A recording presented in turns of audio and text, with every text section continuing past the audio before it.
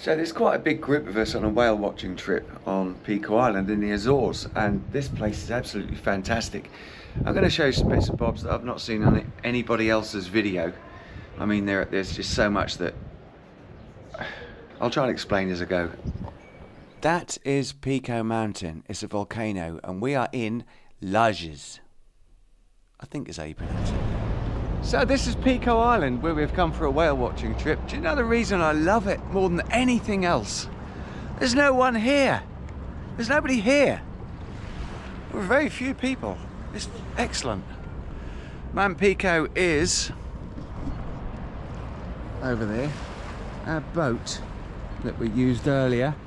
You can't really see, but there's 2 300s on the back of a boat down there, rib. Fantastic. But the reason I love it is there's nobody here. It's not been ruined. There's no litter. Look at the place. Absolutely beautiful. Really lovely. Really lovely. We would go 15 miles out to sea in the middle of the Atlantic Ocean. You must imagine that there are a few islands around the Azores, and they're right in the middle of the Atlantic Ocean. The bathymetry of the ocean floor means that if you're on Pico, you'll get out to the depths much faster, which is where the whales migrate through. So Pico really is one of the top whale watching spots in the world, and we were there. But you must remember as well, it's difficult to catch the whales on camera because we're not allowed to go within 200 meters of a whale for their own protection and ours, of course. So I'm going to be using bits and bobs from different cameras from different members of the group just to show you or give you an idea of the fantastic things we experienced.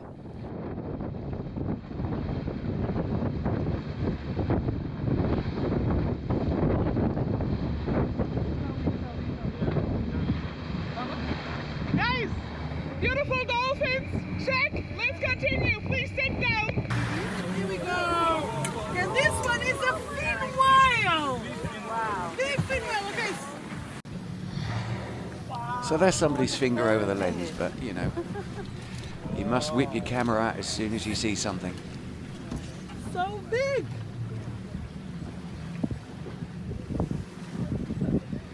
She's taken 3 or 4 blows, which means she's going back down. Now she went down. And next time, a deeper dive. We're going to get back to the whale watching, but first I want to show you some more of this fantastic island. So we're staying at a place called Bella Vista. It's lovely. It's really lovely, quaint little place. Many apartments. Down there is reception and breakfast area on the left there, which is lovely. There are lots of cats. Lots of cats. Oh, that one just went. So there we are. Everywhere you go, you'll see these. That's our apartment up there. There. You'll see these really small passages, and they're usually cobbled with volcanic rock from the volcano. Obviously, they use as much as they can from the volcano. That, we think, is a staircase for the cats. Very small amount of dogs on this island. Lovely small passageways like this. Apartments everywhere. There are lots of banana trees everywhere. I used to live in Greece, and it's very similar the way they've wired the power, and actually it's 3-phase again, which caused us a problem today. We had a storm last night. You get a little bit of water in something, 1 phase goes down, but that's not unusual. So we come to, look at this. Lovely small quaint apartments, lovely.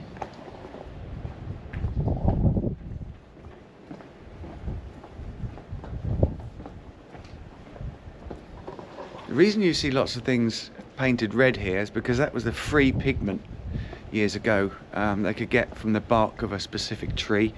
So when you see other colours like this green or yellow, that's just people showing off, which is fair enough. Here we are, Main Street.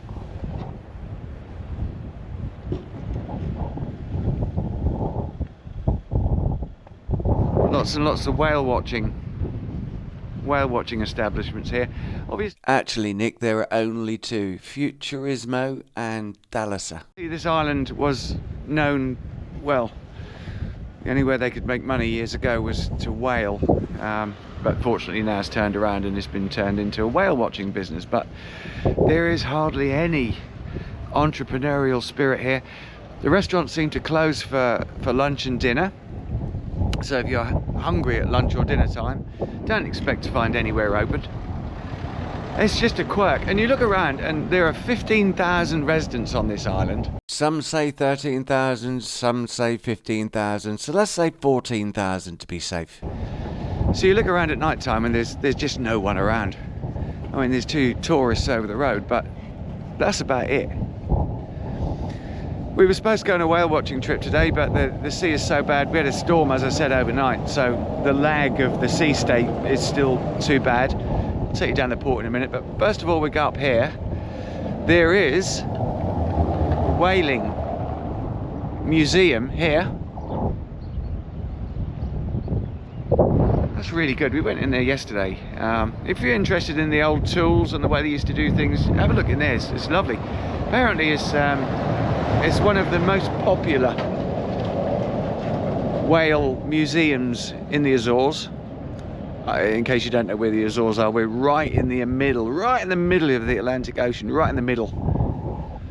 It's something to behold.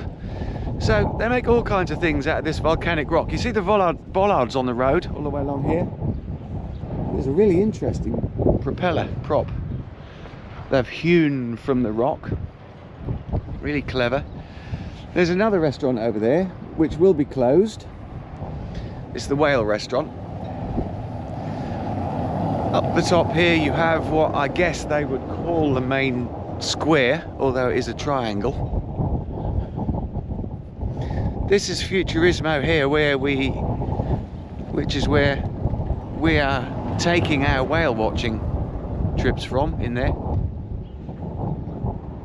We just had a power cut overnight, so lots of people have gone on a ad hoc trip. They've put it back together. There's up there. It's worth mentioning that we were privileged to have for the whole week of our stay Russell Arnott, who basically looked after us. So if we couldn't go out, he would put together really quickly a trip, which was most appreciated. Great guy. Lots and lots of small passageways that you just wouldn't think of exploring, but up there there's just the density of apartments is fantastic. It's just a small island. There's the volcano again. Can't see that too well, but here's the port. This is actually, I can get down. I'm going to show you the boat that we use. And there's another superstar. That's Lynn holding a hydrophone so that the captain can listen for signs of aquatic life. So we chase the sounds. Actually really weird at night time. You walk around and there's hardly anybody around. Hardly anybody. It's just lovely. It's somebody described it, and this is not a negative comment, but somebody described it yesterday as the Twilight Zone, and I do understand why. Volcanic rock everywhere. These are the sea defences, as you can see. And just to give you an idea, look, the wildlife around here is crazy. There's a crab just there on that rock. I don't know if you can see it. There are geckos. Lots of crabs. Actually, lots of crabs there. Also, many gecko lizards all over the place. They sit on this rock when the sun is out and get warm. They're cold-blooded creatures, I believe. So that's how they warm up. But you can see the sea has got up here in the past. So it's washed all this. So as far as the ecology goes, they're really worried about people leaving cigarette butts and plastic bags and all this, because the whales, you know, eat them and feel like they're full and die and all this kind of stuff, which is obvious really, but some people need to be told. So there are some trips coming back in now. They must have had a terrible time out there. It's just too rough. There's one and another one coming in there. That's pretty typical of the boat. I couldn't take you down to see our boat because it's locked, They don't want people on the pontoon, probably for safety reasons. But those people must be feeling sick. There's no point in going out. There's a guy in I forget what they call it, but a small white tower, and he can see for miles. And he basically points out where the whales are, tells the boats, they go, take people like me there to see the whales, and we hopefully film the whales. We're not allowed to get too close, so it's quite difficult to get footage. But there are dolphins galore, all kinds of different dolphins. It's really interesting. We go and see these talks, listen to these talks. The other thing is, there's a bird, there's a gull, it's called a shearwater, and it makes a really strange noise during the night. I've recorded it, and I'm going to show you that next. Listen, this is a shearwater, and this is the sound it makes.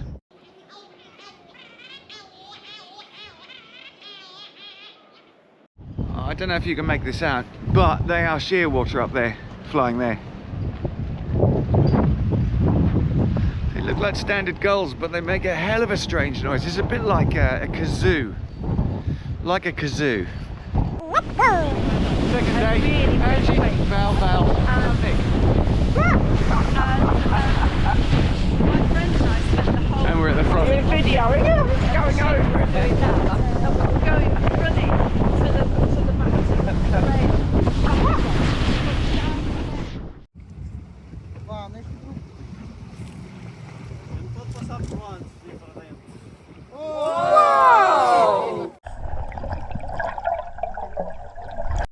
So on Pico, there's a new scuba area which has been released. It's down here. It's not for the faint-hearted, but this is a scuba area for the residents of Pico.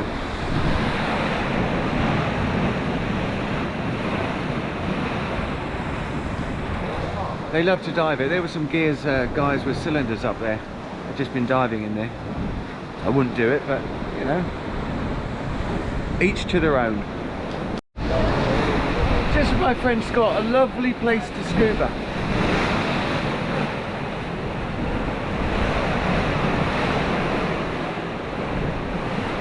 It's not dangerous, just looks a little choppy. So we're about to pop off on another 3-hour whale watching trip again. Just wanted to point this out, it's quite unusual to see this. This is a fin whale and a blue whale, they were swimming together. Apparently they do mate, which would be interesting, but I just wanted to point that out. It's very unusual to see that.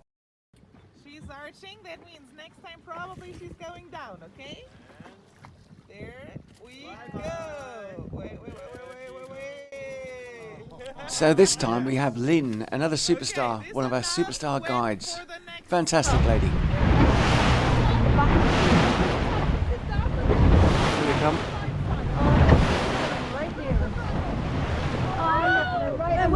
Where? Yeah. Oh, dolphins!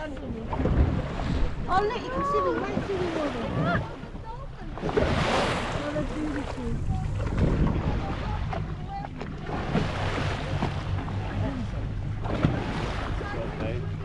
Yeah, they're right under you. Right next to us, they love it.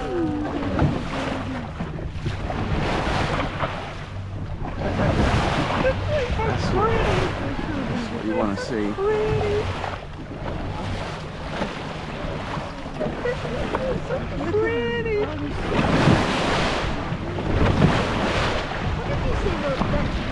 About 1,000 meters? Yeah, between 1 and 3. I think it was 600 was the deepest we went to yesterday, but it gets to 3,000. Oh, look at them! So beautiful.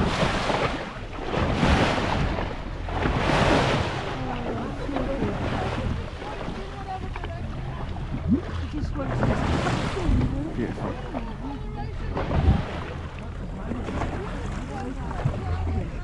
Getting good pictures, Nick. Yeah. Nick? Yes. So these are common dolphins. We saw various dolphins. I forget now. They're called common dolphins. Why? Because they're the most often seen. But they're beautiful things. Next, it got a little rough on the way back. So when they say you're going to be wet and take waterproofs, take your waterproofs because Val has just lost something in the water. It was rough and everything was soaked, but we saw some wonderful things. I'm sure some of you would have realised that the audio was a little muffled in that last clip. Well, the reason for that was I managed to ruin my new GoPro on that trip. Please be aware that seawater and electronics do not mix.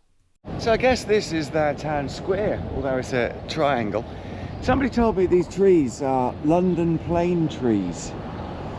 I tell you, whatever they are, they're really impressive. It's lovely. I mean, there's no litter. There's no litter. Hardly anybody around. Hardly anybody around. Look, London plane trees up there, see? Again, down there you got, well, there's a sandwich shop there. You got various restaurants that close for lunch, of course. Let's take a walk up there, why not? So the Pico Island dining experience is really one to behold. You know, usually around about lunchtime, the restaurants close for lunch. Usually around about dinner time, the restaurants close for dinner. You turn up at a lovely restaurant like this and they're really not keen on customers. So what I would suggest is you bring a packed lunch.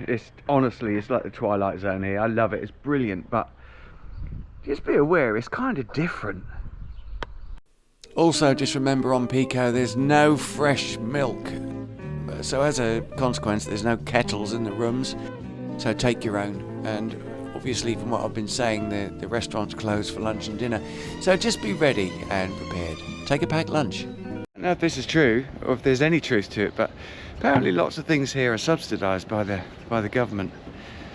It's so cheap. You go in a restaurant and you'd be surprised how cheap everything is. Really cheap. And you see many trucks, pickup trucks. As many will know, I'm a Hilux owner and love it.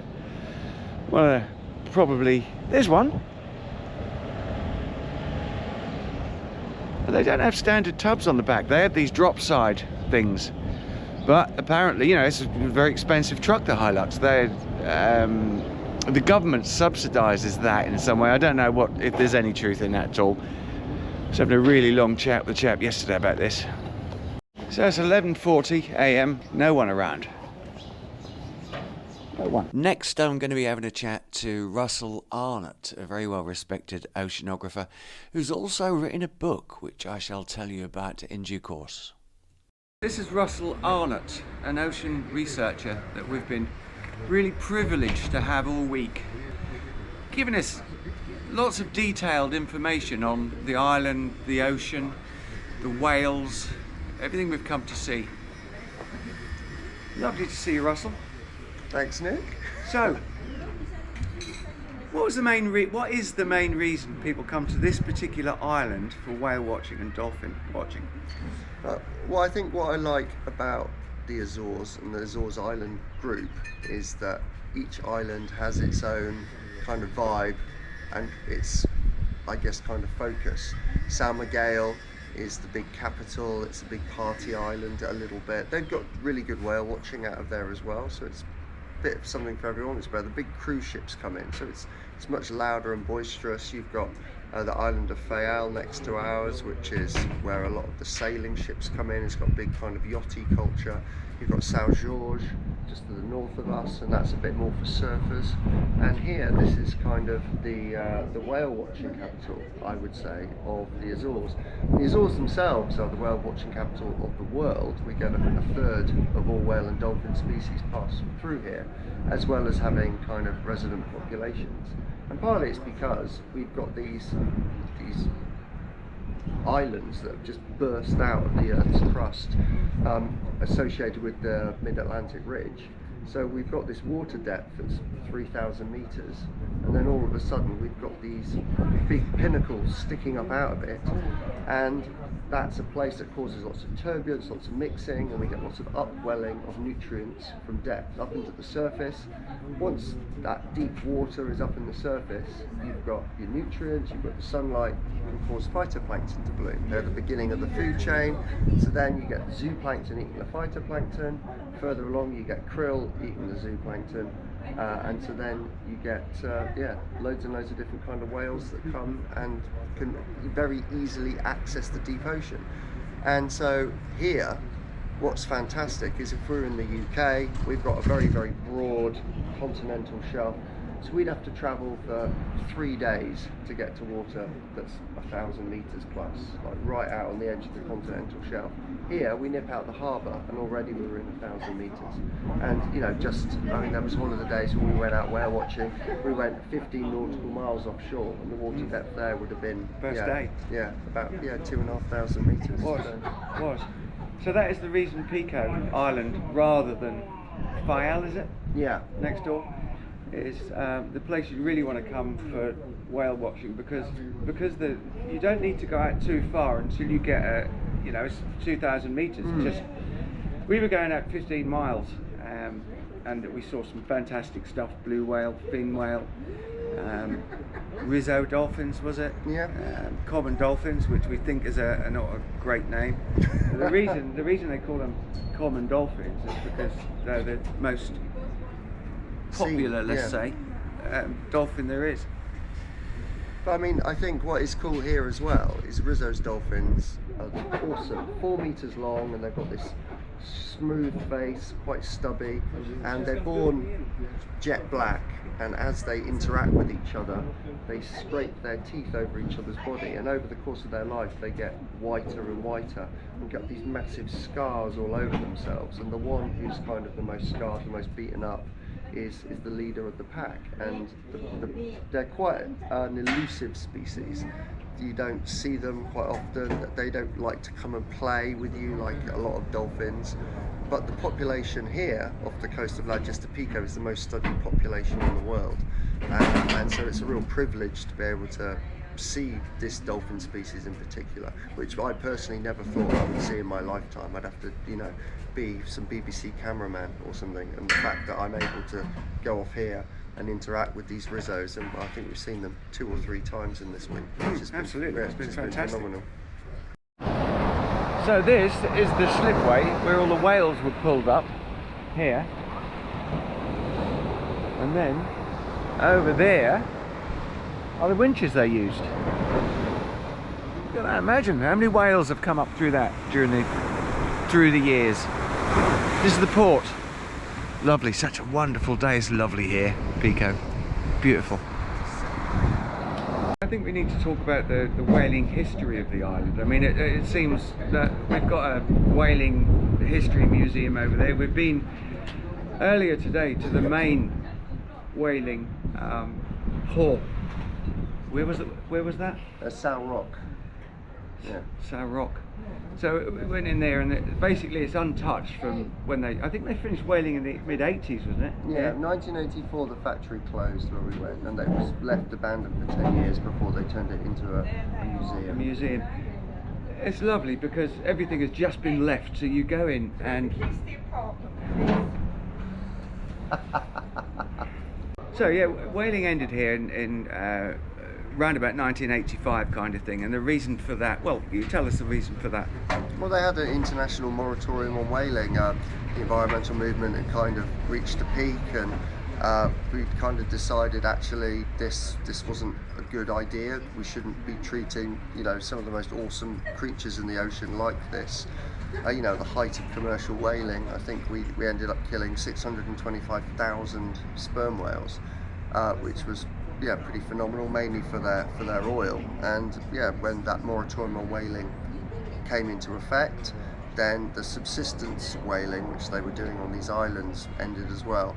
It's quite interesting. There was a group of whalers that out of here, I believe, that were like, sod this, I'm going to go out, we're going to go catch a whale despite the moratorium. Right. And the Portuguese government had agreed to subsidise and kind of compensate all the whalers who couldn't go out anymore. And this one group who went out and caught a whale outside of the moratorium, the government needed to make an example of them, so they didn't get any compensation and didn't get their kind of the whalers' pension.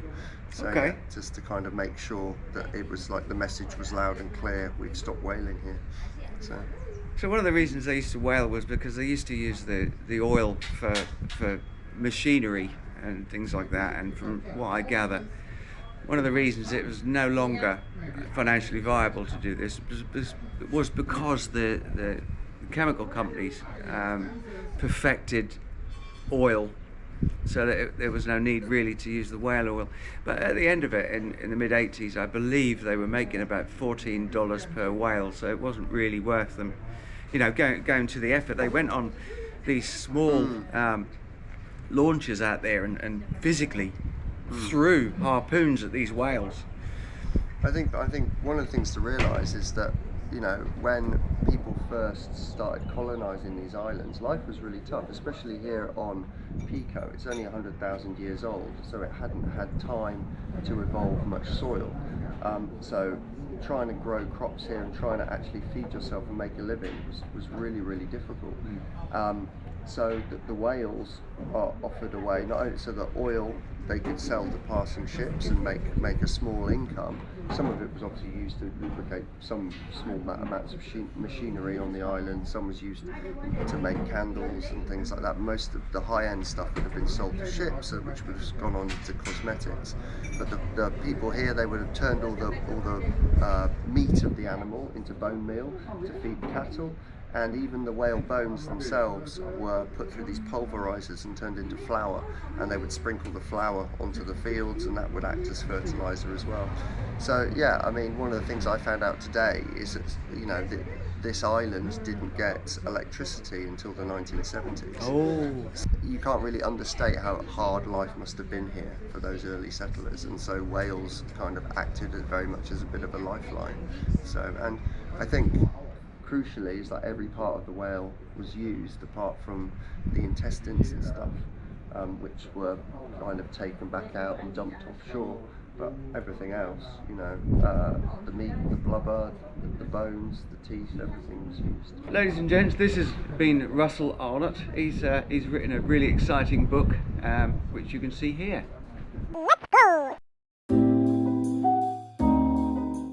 The book's called Ocean Endangered, and I'm really aware that when you talk about the ocean, it's quite often depressing. It's always like, plastic, overfishing. It can be really, really heavy and not a fun place. And when I think about like what got me into the ocean, it wasn't learning about the destruction or the problems with it. It was about learning about all the cool creatures.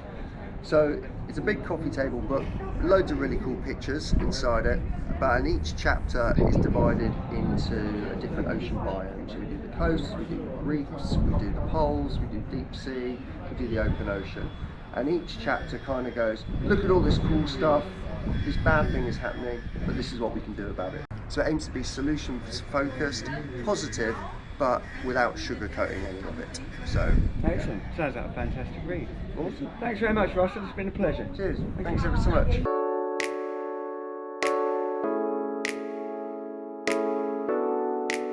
This video was produced and sponsored by me, the Dyson Doctor, for all of your Dyson needs. Thanks for watching. So to explain the strange structures you see on Pico, these are vineyards. You'll see many, as you can see. They use the lava rock to shelter the vines from the salt that's blown off the ocean out there, and also at night time, because the lava rocks take the heat from the sun, they store the energy, and at night time it lets the energy of the sun out, so the warmth, to keep the vines nice and warm. Also, there's no soil really on the island. The only soil they've got really is, well, this is lava. But Yes, that was a bad example, but you live and learn. which is full of nutrients, which is great for the vines. Also lets the roots breathe quite a lot more. So when you see this kind of thing on Pico, it is for the vines, for the grapes. Really clever. Everything's very clever here. Like this, just really fine lava. Grows in that. Very clever. In a restaurant, nobody can make head nor tail of the menu, but look at this.